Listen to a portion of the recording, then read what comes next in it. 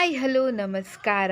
Welcome back to Apoorva ಡಿನಾಯ್ಕ್ YouTube channel. ನಾನಿವತ್ತು ಮಾಡ್ತಿರುವಂಥ ರೆಸಿಪಿ ಕಡಲೆಕಾಳನ್ನ ನಾನು 7ರಿಂದ 8 ಗಂಟೆಗಳ ಕಾಲ ನೆನೆಸಿಟ್ಕೊಂಡಿದ್ದೀನಿ. ಇವಾಗ ಕುಕ್ಕರಿಗೆ ಸಹ ಹಾಕ್ಕೊಂಡಿದ್ದೀನಿ. ಇದನ್ನು ನಾನು ಬೇಯಿಸ್ಕೊಳ್ಬೇಕು. ಆದ ಕಾರಣದಿಂದ ನಾನು ಇವಾಗ ಕುಕ್ಕರಿಗೆ ನೀರನ್ನು ಕೂಡ ಹಾಕ್ತಿದ್ದೀನಿ. ಯಾರೆಲ್ಲ ನನ್ನ ಚಾನಲ್ನ for the first time visit ಮಾಡ್ತಾ ಇದ್ದೀರಾ, ಸಬ್ಸ್ಕ್ರೈಬ್ ಮಾಡ್ದಲೇ ನನ್ನ ವೀಡಿಯೋಸ್ಗಳನ್ನು ನೋಡ್ತಾ ಇದ್ದೀರಾ, ಸಬ್ಸ್ಕ್ರೈಬ್ ಮಾಡ್ಕೊಳ್ಳಿ. ಹಾಗೆಯೇ ಬೆಲ್ ಬಟನ್ ಮೇಲೆ ಪ್ರೆಸ್ ಮಾಡಿ ಲೈಕ್ ಕಾಮೆಂಟ್ ಶೇರನ್ನು ಮಾಡ್ತಾ ಇರಿ.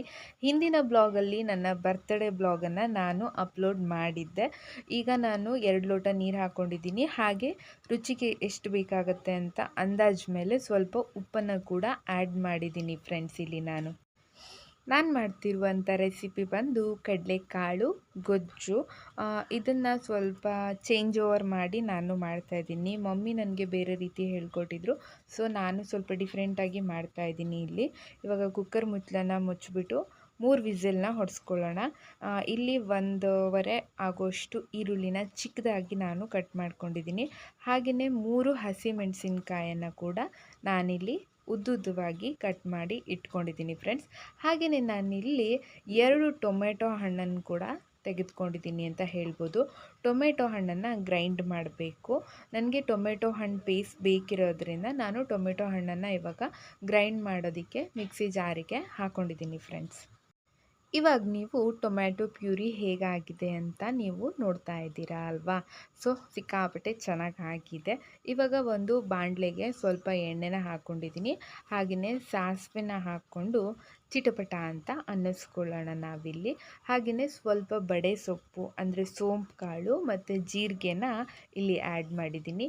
ಲವಂಗ 2, ಚಕ್ರ ಮೊಗ್ಗು 1, ಚಕ್ಕೆ 1-2 ಹಾಕ್ಕೊಂಡಿದ್ದೀನಿ. ನಿಮಗೆ ಚಕ್ಕೆ ಬೇಡ ಅಂದರೆ ಸ್ಕಿಪ್ ಮಾಡಿ, ಏನೂ ಪ್ರಾಬ್ಲಮ್ ಇಲ್ಲ.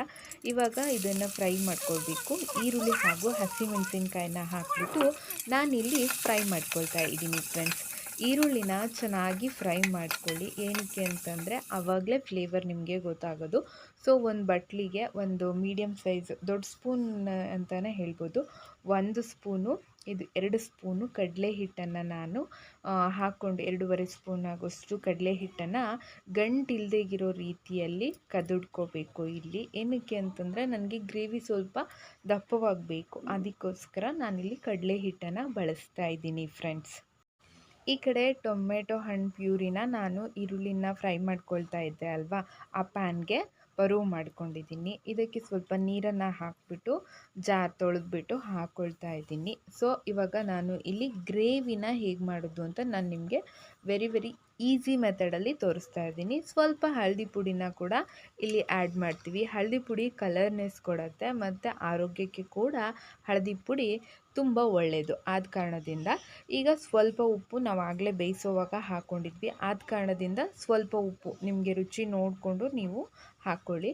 ನಾನು ಇಲ್ಲಿ ಕೂಡ ಟೇಸ್ಟ್ ಮಾಡಿ ನೋಡಿಬಿಟ್ಟು ಹಾಕ್ಕೊಂಡಿದ್ದೀನಿ. ಈಗ ಕಡಲೆ ಹಿಟ್ಟನ್ನು ನಾವೇನು ಗಂಟಿಲ್ದೇಗಿರೋ ರೀತಿಯಲ್ಲಿ ಕದಡಿ ಇಟ್ಕೊಂಡಿದ್ವಿ ಅಲ್ವಾ, ಅದನ್ನು ನಾವಿಲ್ಲಿ ಹಾಕ್ಕೊಳ್ತಾ ಇದ್ದೀನಿ. ಇದು ಕೂಡ ಚೆನ್ನಾಗಿ ಮಿಕ್ಸಪ್ ಆಗಬೇಕು. ಈರುಳ್ಳಿ ಹಾಗೂ ಟೊಮೆಟೊ ಪ್ಯೂರಿ ಜೊತೆ ಮಿಕ್ಸಪ್ ಆಗಲೇಬೇಕು. ಆದ ಕಾರಣದಿಂದ ಇದನ್ನು ನಾನು ಚೆನ್ನಾಗಿ ಟರ್ನ್ ಮಾಡ್ಕೊಳ್ತಾ ಇದ್ದೀನಿ. ಇವಾಗ ನಾನು ಇಲ್ಲಿ ಗರಂ ಮಸಾಲನ 1/4 ಸ್ಪೂನ್ ಆಗೋಷ್ಟು, ಹಾಗೆಯೇ ಕೆಂಪು ಮೆಣಸಿನ್ಕಾಯಿ ನಾನು ಮನೆಯಲ್ಲೇ ಪೌಡರ್ ಮಾಡಿ ಇಟ್ಕೊಂಡಂತಹ 1 ಸ್ಪೂನ್ ಕೆಂಪು ಮೆಣಸಿನ್ಕಾಯಿ ಪೌಡ್ರು, ಚಿಲ್ಲಿ ಪೌಡರ್ನ ಇಲ್ಲಿ ಆ್ಯಡ್ ಮಾಡ್ಕೊಂಡಿದ್ದೀನಿ ಫ್ರೆಂಡ್ಸ್.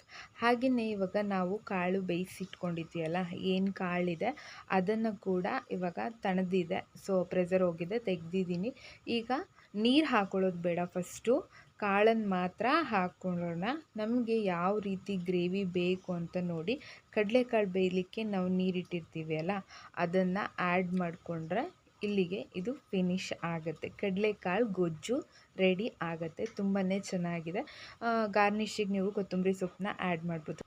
ಆಗ್ತಾನೆ ನಮ್ಮ ಮನೆಯವರು ಫ್ರೆಶ್ಶಾಗಿ ನನಗೆ ಕೊತ್ತಂಬರಿ ಸೊಪ್ಪನ್ನು ತಂದುಕೊಟ್ರು. ಸೊ ನಾನೀಗ ಅದನ್ನು ಕಟ್ ಮಾಡಿಬಿಟ್ಟು ಹಾಕ್ಕೊಳ್ತಾ ಇದ್ದೀನಿ. ಗ್ರೇವಿ ನಿಮಗೆ ಯಾವ ರೀತಿ ನೀರು ಬೇಕು ಅಂತ ನೋಡಿಬಿಟ್ಟು ಕಡಲೆಕಾಳು ಬೇಯಿಸಿದ ನೀರನ್ನು ಆ್ಯಡ್ ಮಾಡ್ಕೊಳ್ಳಿ. ಎಕ್ಸ್ಟ್ರಾ ನೀರನ್ನು ಆ್ಯಡ್ ಮಾಡಲಿಕ್ಕೆ ಹೋಗಬೇಡಿ. ಚಪಾತಿ ಜೊತೆ ಸರ್ವ್ ಮಾಡಿ, ತುಂಬ ಚೆನ್ನಾಗಿರುತ್ತೆ. Thank you.